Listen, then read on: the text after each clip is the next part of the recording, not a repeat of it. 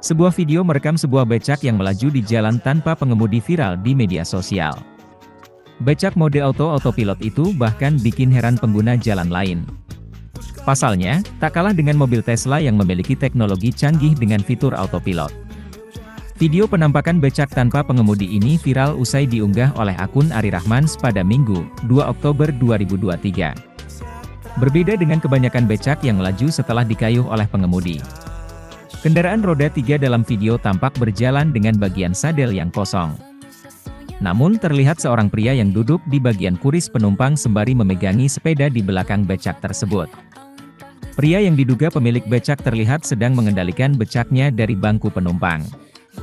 Netizen pun banyak yang menduga jika becak tersebut memiliki fitur autopilot karena bisa berjalan tanpa harus dikemudikan.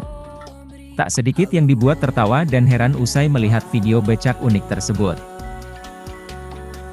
Itu konsepnya gimana? Siapa yang kayuh becaknya? Tanya salah satu komentar dari akun Nansfer.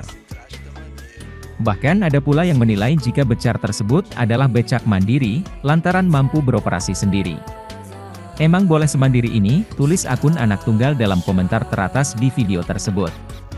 Belum diketahui secara pasti lokasi becak itu beroperasi, namun hingga kini becak tersebut berhasil membuat siapapun terheran-heran. Download Tribun X sekarang, menghadirkan lokal menjadi Indonesia.